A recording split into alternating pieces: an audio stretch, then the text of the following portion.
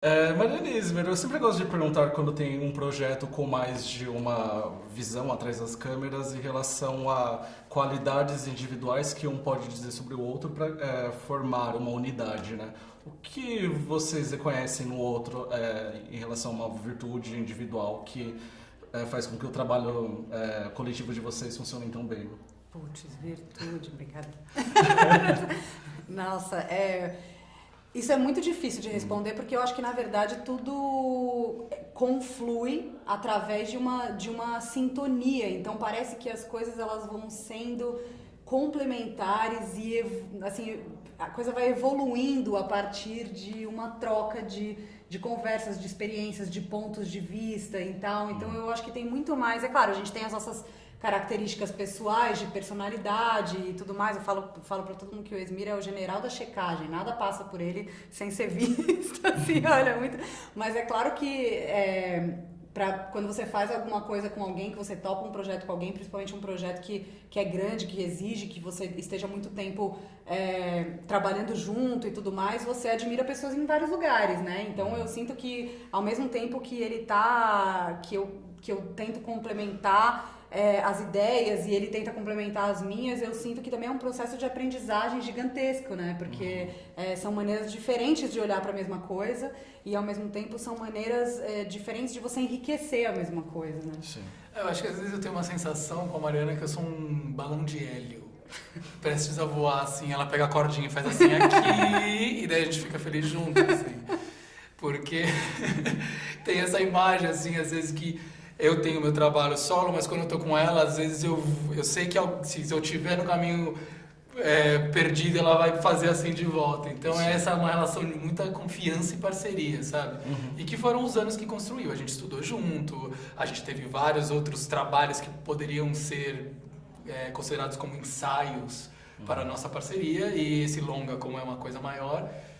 Cara, nesse sentido, assim, não foi difícil, assim, lidar, né? Do tipo, a gente tinha uma só voz, tanto no set quanto nas ideias, assim. As próprias discussões eram fáceis de colocar no roteiro, porque a gente colocava na boca dos personagens. Sim. Mesmo se tem uma coisa que eu tendo mais para um lado e ela para o outro, era ali que ficava complexo, né? Falar através dos nossos personagens. Então, esse encontro simboliza isso.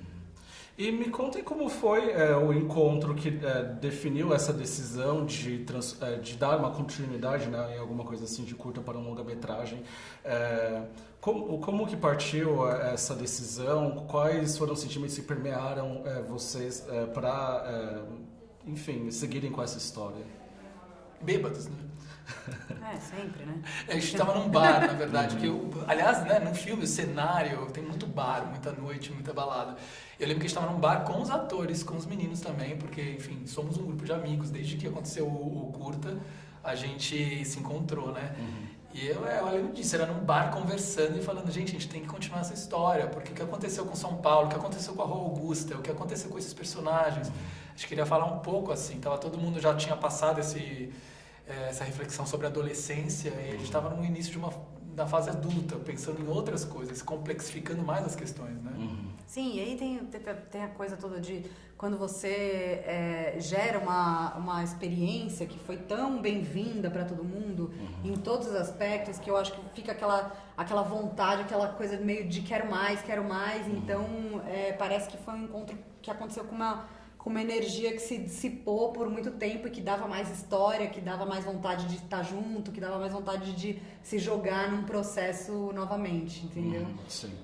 E os desafios que permearam alguma coisa assim como longa-metragem? Porque acredito que existe um elemento facilitador que é o curta, que já estabelece um histórico sobre esses personagens. Mas imagino que houve toda uma dificuldade de relação de cronogramas, né, para repetir parcerias com a equipe, filmar em um cenário estrangeiro e também todos os temas que agora são contemporâneos, né, que acredito que moldam também, né, a narrativa.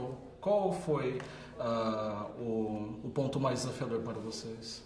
Olha, eu vou te dizer que eu sinto que cada filme, cada experiência audiovisual, assim, ela traz as suas complicações. Então, é claro que alguma coisa assim, ele teve milhões de pontos facilitados, digamos, porque ele sempre foi muito bem recebido, até na coisa de a gente tentar verba para conseguir fazer, teve assim, uma certa facilidade com relação a isso, mas ele traz as dificuldades que as características daquele projeto vai trazer. Então, no caso a gente queria filmar fora, no caso a gente tinha que construir um roteiro que tinha que se apropriar de materiais antigos.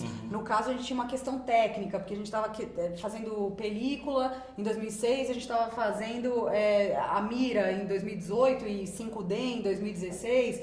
Então a gente tinha uma codireção, a gente tinha um ator que não era mais um ator, porque tinha virado um psicanalista. Quer dizer, então são muito mais assim, cada projeto vai ter as suas coisas, entendeu? Sim. Se você estiver fazendo um filme de alienígenas, você vai ter o problema de fazer os efeitos visuais. Isso quer dizer, cada projeto traz uma coisa, né? Eu posso até complementar, porque eu também sou produtor do filme, né? Sim. Então, sim, existiram várias questões que quando a gente arma, assim, esse foi um desafio pra mim, né? Porque tô aqui junto no criativo e a gente, vamos fazer, vamos! Daí vem as complicações de produção, né? Armar tudo isso. A nossa intenção era repetir a equipe, mas a gente trabalhou principalmente calcado na agenda dos atores, né? Porque existia o fato do André vir pra gente estar no set, a Carol com diversos filmes e séries e por aí ter arranjado espaço na agenda. Então a gente calcou na agenda deles e a partir daí chamávamos os outros. E daí essa coisa de fazer em Berlim também. Eu tive que mandar um projeto, a gente mandou o projeto para várias produtoras alemãs tentando fazer uma parceria, porque a gente precisava de uma base lá. E conseguimos com a Zack Film, através de fundo alemão. Então tem dinheiro alemão, tem dinheiro brasileiro envolvido, tem a cultura inglesa patrocinadora, enfim, tem os patrocinadores todos.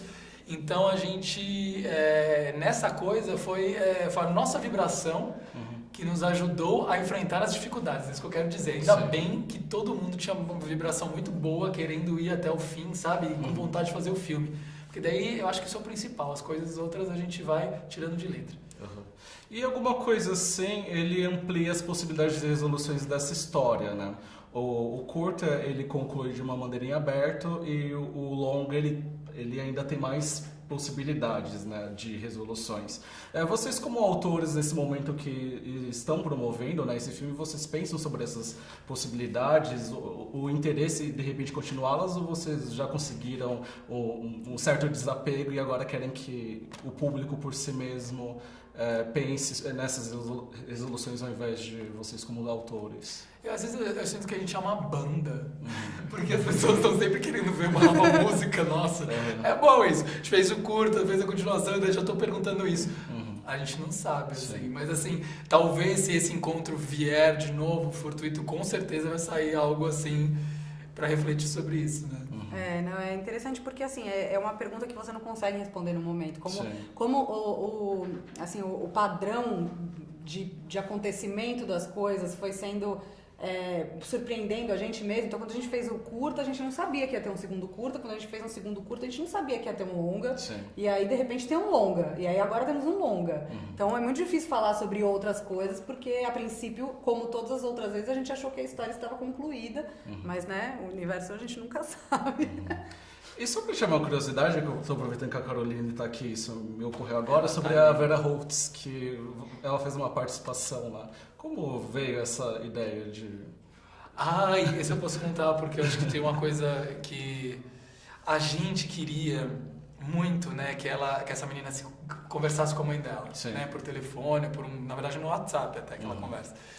E, cara, a gente tava ali no roteiro, lembra, escrevendo, a gente falou, nossa, como que a gente pode tentar traduzir isso de uma forma que fique natural e orgânica? E daí a gente ligou pra minha mãe, eu liguei pra minha mãe perguntando, assim, aí a gente tava em outro lugar que a gente tava escrevendo, também tava longe de casa, então foi muito legal, porque a gente usou isso como uma base, né? A minha mãe também ela é do interior, assim, né? Então ela tem uma afetividade e tal, e enfim, representa a mãe de muita gente ali.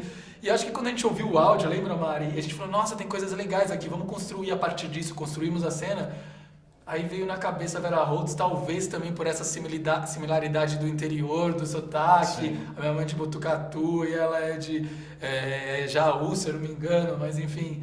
Sei lá, eu lembro que tinha essa vontade, quando eu sugeri, assim, na Vera Holtz, era essa vontade dessa voz, assim, sei lá. Sim. Não, é que foi uma coisa que aconteceu, assim, num take 1, que foi meio que uma mágica ali. A Carol e ela não se conheciam, então teve aquele telefonema aconteceu de forma real e espontânea. Parece que, se eu não me engano, a Vera não tem filhos. E foi uma cena com uma densidade dramática, porque ela tem nuances, ela tem momentos onde você ri, momentos onde a personagem chora, mas ao mesmo tempo está escondendo que alguma coisa está acontecendo. Então, elas fizeram meio que... Foi um take 1 que já valeu, assim. Muitíssimo obrigado pela entrevista. Obrigado. Sucesso. Obrigada. Obrigado.